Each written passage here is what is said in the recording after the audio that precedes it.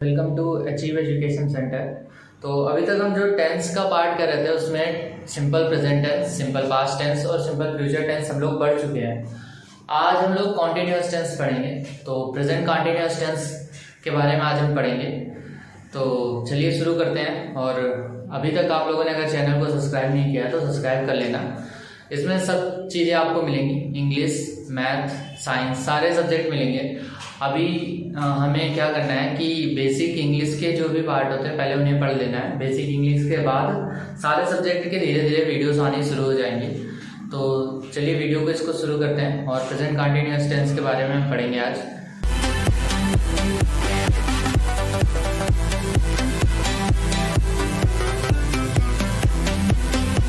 तो present continuous tense, जैसा कि नाम से ही आपको पता है, प्रेजेंट कॉन्टिन्यूअस।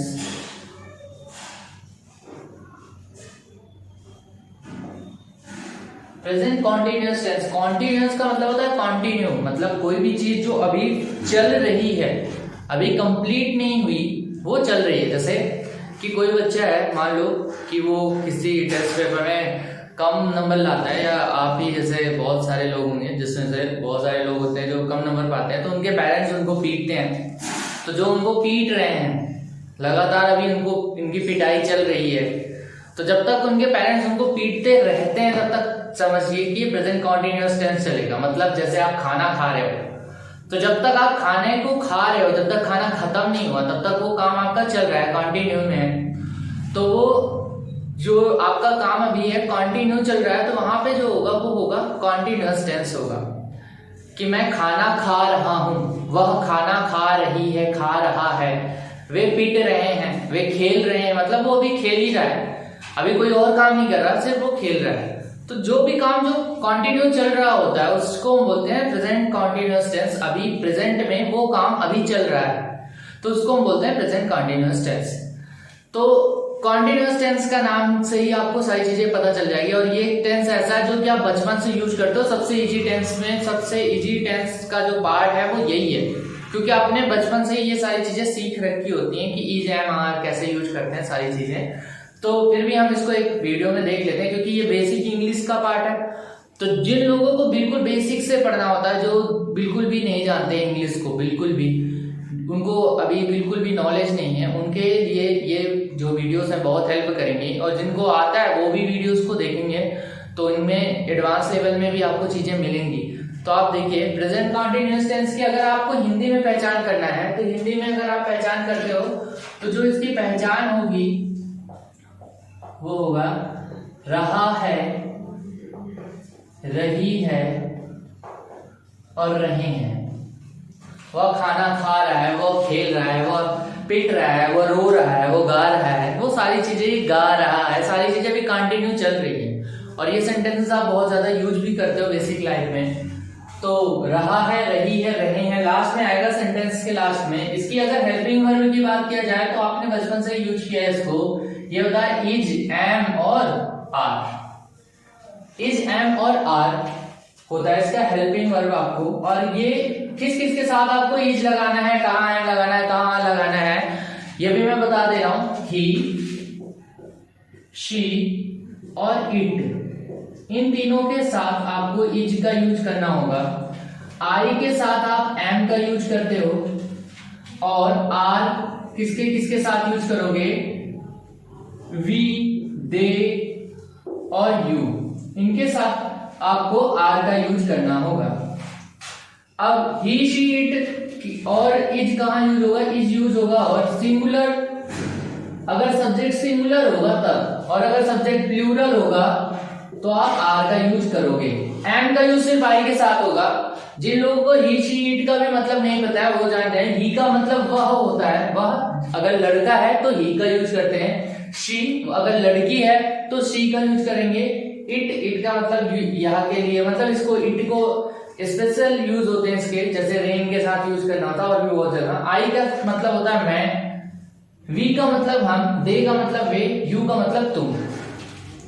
ये सारे आपको प्रोनाउन के बारे में भी बताया हुआ है कि फर्स्ट पर्सन प्रोनाउन कौन सा है, सेकंड पर्सन प्रोनाउन कौन सा है, थर्ड पर्सन प्रोनाउन कौन सा है। ये आप प्रीवियस वीडियोस में देख चुके हो, अगर नहीं देखो तो जाके देख लेना और वहां पे क्लियर कर लेना, वरना बीच में कभी पार्ट मिलेगा तो मैं आपको फिर से समझा दूंगा सारी चीजें। तो पहले अभी इस टेंस पे फोकस करते हैं। हेल्पिंग वर्ब जो है वो होगा इसमें इज, एम, आर, और इसके फार्मूले की अगर आप बात करो तो फार्मूला जो इसका बनता है अफर्मेटिव सेंटेंसेस का। अफर्मेटिव मतलब ऐसा सेंटेंसेस जिसमें नहीं या क्वेश्चन वर्ड्स ना आए उसको बोलते हैं अफर्मेटिव या असर्टिव सेंटेंसेस। अफर्मेटिव सेंटेंसेस में क्या होगा, पहले हम बनाएंगे सब्जेक्ट, फिर हेल्पिंग वर्ब का यूज करते हैं हम, यानी हेल्पिंग वर्ब इज, एम और आर का यूज करेंगे, और फिर वर्ब की फर्स्ट फॉर्म, और फिर उसमें आईएनजी, और फिर आपको ऑब्जेक्ट लगा देना है, और फिर फुल स्टॉप। अब इसके एग्जांपल देखते हैं, जैसे राम खेल रहा है। राम खेल रहा है, अगर हमें इसे ट्रांसलेट करना है तो पहले सब्जेक्ट ढूंढेंगे। सब्जेक्ट ढूंढने के लिए क्या करते हैं भाई, सब्जेक्ट ढूंढने, काम कौन कर रहा है, राम कर रहा है तो राम सब्जेक्ट होगा। राम एक है तो राम के साथ सिंगुलर के साथ क्या लगता है, इज। राम इज प्लेइंग, खेलना मतलब प्लेइंग। ये होगा आपका ट्रांसलेशन सिंपल सेंटेंसेस का। और ये बहुत सारे सेंटेंसेस हो सकते हैं, जैसे वर्षा हो रही है। तो हमेशा याद रखिए जब भी वर्षा, बारिश शब्द का यूज हो तो इसके साथ इट का यूज किया कीजिए आप ज्यादातर। तो आप ज्यादातर इट का यूज करेंगे तो वर्षा को हम बोलेंगे, इसके लिए सब्जेक्ट का यूज करेंगे इट। इट के बाद अब आएगा इज, इट इज, और फिर उसके बाद रेनिंग, मतलब बारिश हो रही है। तो बारिश अभी हो रही है, खत्म नहीं हुई बारिश, बारिश अभी तक लगातार चल रही है, तो ये कॉन्टिन्यूअस टेंस में जाएगा। तो इसी को हम बोलते हैं continuous tense, present continuous tense, जिससे वर्षा हो रही है आ गया। और भी बहुत सारे सेंटेंसेस आ सकते हैं, जैसे देश, हमारा देश प्रगति कर रहा है, हमारा देश प्रगति कर रहा है।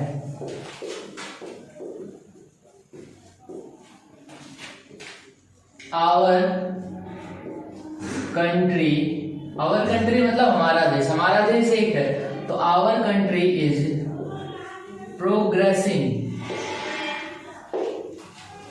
तो हमारा देश प्रगति कर रहा है, अभी प्रगति उसका स्टार्ट है, चल रहा है, प्रोग्रेस कर रहा है वो धीरे धीरे, तो इसके लिए आवर कंट्री इज प्रोग्रेसिंग। ठीक है, अब हम बेटा इसके नेगेटिव सेंटेंसेस के बारे में बात करेंगे कि इसके नेगेटिव सेंटेंस को हम कैसे बनाएंगे, कैसे यूज करेंगे, इसके नेगेटिव सेंटेंस कैसे बनाएंगे। तो नेगेटिव सेंटेंस में आपको पहले भी बताया हुआ है, नेगेटिव सेंटेंस से कुछ नहीं होता, जहां फार्मूला आपने लगाया हुआ है, फार्मूला में जहां आपने हेल्पिंग वर्ब लगाया होता है उसी के बाद जस्ट नॉट लगा दिया करो। मतलब आप जितने भी टाइप के नेगेटिव सेंटेंस यूज करोगे पूरे टेंस में, आपको नेगेटिव सेंटेंस बनाना है तो आप हेल्पिंग वर्ब के बाद जस्ट नॉट लगा दो। हेल्पिंग वर्ब आया उसके जस्ट बाद आप नॉट लगाओगे, नेगेटिव सेंटेंस आपका तैयार हो जाएगा। इंट्रोगेटिव सेंटेंस में दो टाइप इंट्रोगेटिव, पहला सिंगल इंट्रोगेटिव और डबल इंट्रोगेटिव। सिंगल इंट्रोगेटिव अगर आपको यूज करना है तो सिंगल इंट्रोगेटिव में आप जो हेल्पिंग वर्ब होता है उसको जस्ट सबसे पहले उठा के सबसे आगे कर दो और आपका सिंगल इंट्रोगेटिव बन के तैयार हो जाएगा। डबल इंट्रोगेटिव में क्या करना था, डबल इंट्रोगेटिव में कुछ नहीं करना, जो WH वर्ड होता है उसको सबसे आगे रख दो और फिर पूरा का पूरा रूल सिंगल इंट्रोगेटिव वाला वैसे का वैसा रखा रहेगा उसमें। तो आपको बिल्कुल ध्यान से सारी चीजें करनी है। नेगेटिव सेंटेंस में क्या करना है, नेगेटिव सेंटेंस में हेल्पिंग वर्ब के बाद नॉट लगा दो। सिंगल इंट्रोगेटिव सेंटेंस में क्या करना है, सिंगल इंट्रोगेटिव सेंटेंस में आपको हेल्पिंग वर्ब को उठा के सबसे आगे कर देना है। फिर आपको डबल इंट्रोगेटिव सेंटेंस की अगर बात की जाए, डबल इंट्रोगेटिव सेंटेंस में क्या करना है, डबल इंट्रोगेटिव सेंटेंस में आपको WH वर्ड को सबसे आगे करना है, उसके बाद जो पूरा रूल बनेगा वो सिंगल इंट्रोगेटिव का ही आपको वैसे ही रख देना है। तो पहले हम बात करते हैं निगेटिव सेंटेंसेस में। निगेटिव सेंटेंस में जो होगा आप सब्जेक्ट लगा दो, फिर इज, एम, आर यानी इसका जो हेल्पिंग वर्ब है वो हो गया, फिर आपको नॉट लगा देना है, फिर वर्ब की फर्स्ट फॉर्म लगा देनी और फिर ING।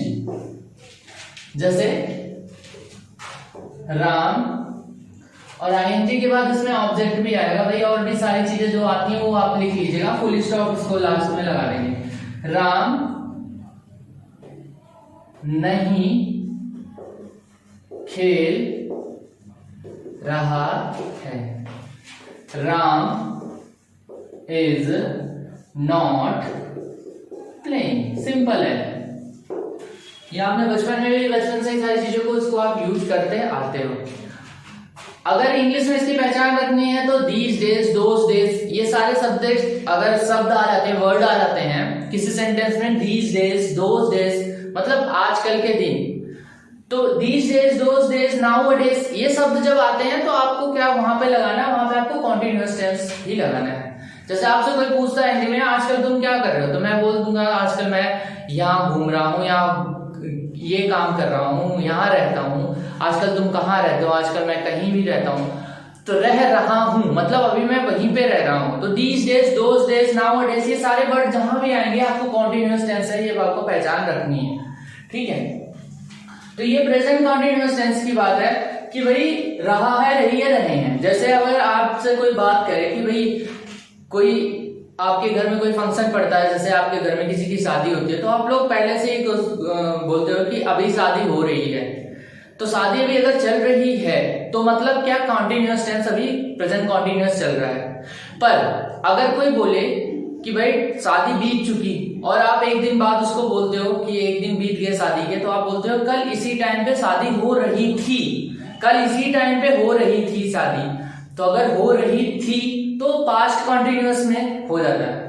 और अगर फ्यूचर की बात करते हैं तो हम कैसे बोलते हैं, कल इसी टाइम पे शादी होगी, या कल इसी टाइम पे मैं वो जा रहा हूँगा, कल इस टाइम पे कोई भी फंक्शन चल रहा होगा। तो हम पहले से ही दिमाग में लगाते हैं अनुमान, तो चल रहा होगा, रहा होगा, रही होगी, रहे होंगे, ये फ्यूचर कॉन्टिन्यूअस टेंस की पहचान हो जाती है।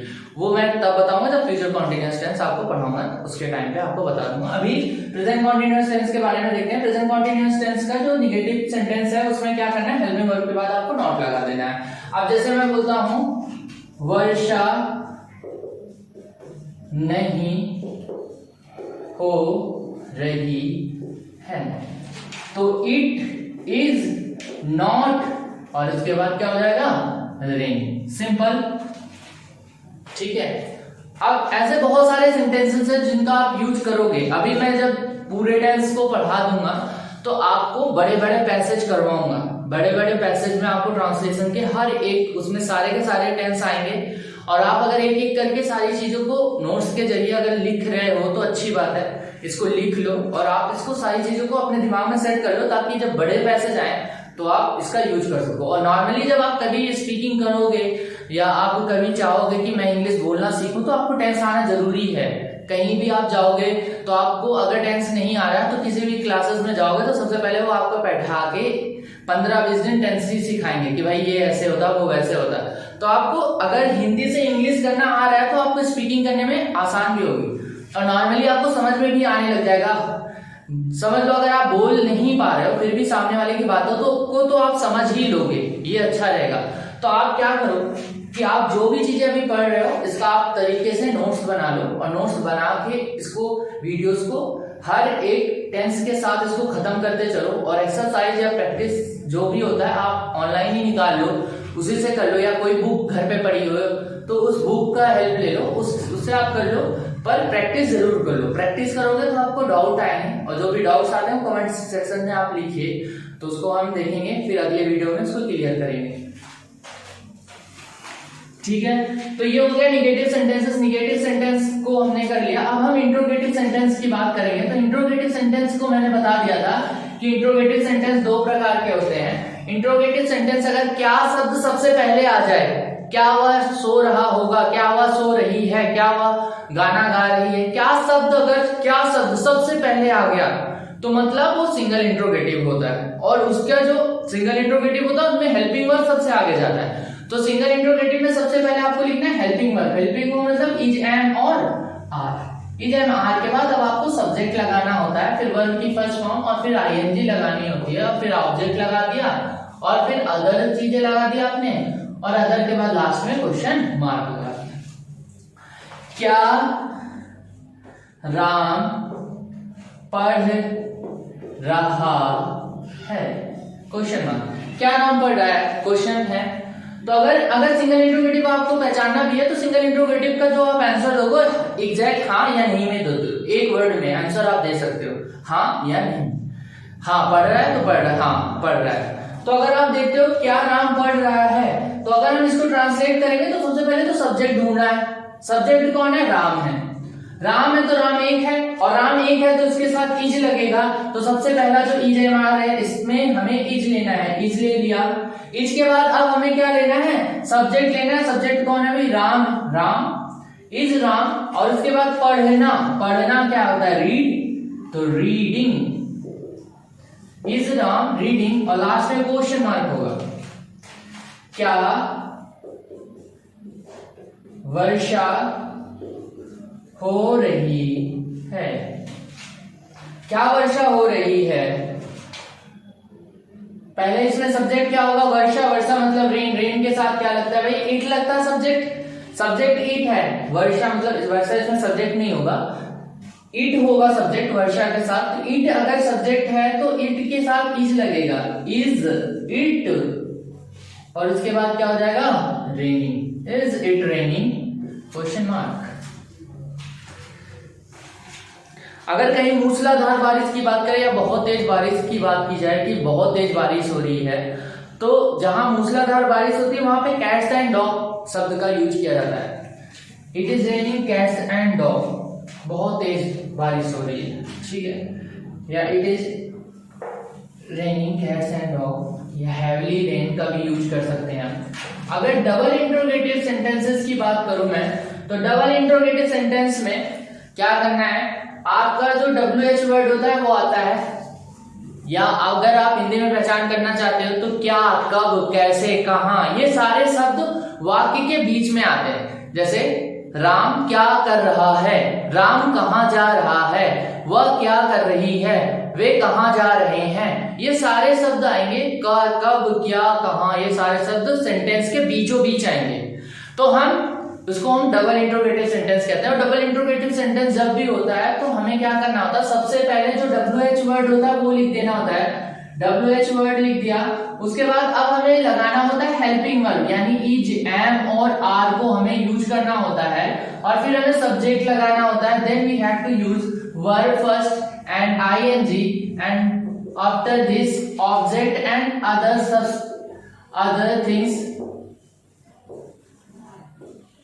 लास्ट में क्वेश्चन मार्क, ठीक है। डबल इंट्रोगेटिव सेंटेंस पहचान क्या होगी इसमें? कब, कहां, कैसे, ये वाक्य के बीचों बीच आएगा। आप इंग्लिश में पहचान करोगे तो WH वर्ड सबसे पहले आ जाएगा। WH वर्ड ही नहीं, हाउ भी आता है। हाउ भी डबल इंट्रोगेटिव का ही पार्ट है, तो उसमें WH से स्टार्ट नहीं होता, हाउ होता है, इसको याद रखिएगा।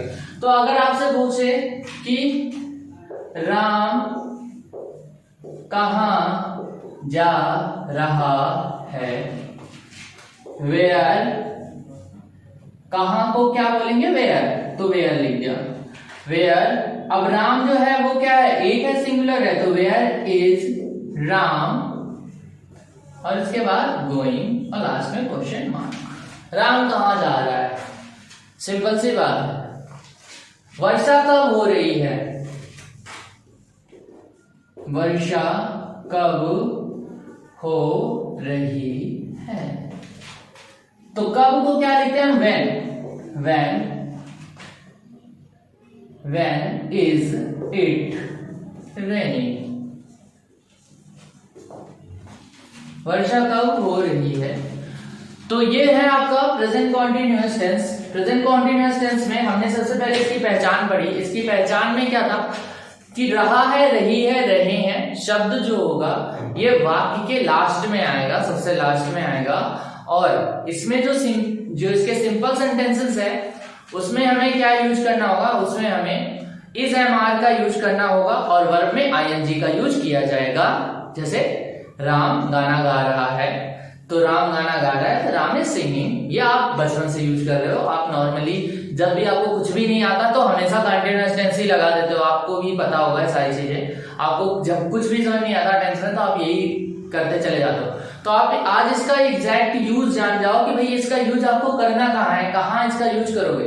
These days, those days, now days, ये सारे शब्द आते हैं तो आप प्रेजेंट कॉन्टिन्यूअस टेंस का ही यूज करोगे। समझ आई बात। और कोई भी फंक्शन जो अभी लगातार कंटिन्यूटी में चलता जा रहा है, अभी चल रहा है, वहां पे प्रेजेंट कॉन्टिन्यूअस टेंस का ही आपको यूज करना है। तो अगर मैं बात करूं इसके सिंपल सेंटेंसेस की, तो इज एम आर का आपको यूज करना है, वर्ब में आईएनजी लगाना है, सब्जेक्ट प्लस में is am are plus verb first plus ING, फिर ऑब्जेक्ट और अदर। फिर आपको नेगेटिव सेंटेंस आपको बताया मैंने कि नेगेटिव सेंटेंस में आपको क्या करना होता है, जो इज एम आर यानी हेल्पिंग वर्ब होगा उसके बाद आपको नॉट लगा देना है, सिंपल सी बात। फिर इंट्रोगेटिव में सिंपल इंट्रोगेटिव में क्या करना है, आपको इज एम आर को सबसे आगे ले जाना है, यानी हेल्पिंग वर्ब को सबसे आगे ले जाना होता है, हर एक टेंस में यही करना है। डबल इंट्रोगेटिव में क्या करना है, डबल इंट्रोगेटिव में जो भी WH वर्ड होगा वो सबसे आगे आएगा, फिर जो भी इंट्रोगेटिव को आपने जैसे रूल किया था वैसे ही डबल इंट्रोगेटिव में सेम टू सेम सेंटेंस को आप बना दोगे, सिंपल सी बात है। तो ये आपका प्रेजेंट कॉन्टिन्यूअस टेंस था। ये आपको अगर वीडियो पसंद आई हो तो अपने दोस्तों के साथ वीडियो को शेयर कर देना, चैनल को सब्सक्राइब कर देना, और जल्दी मिलेंगे अगले वीडियो में, तब तक के लिए बाय।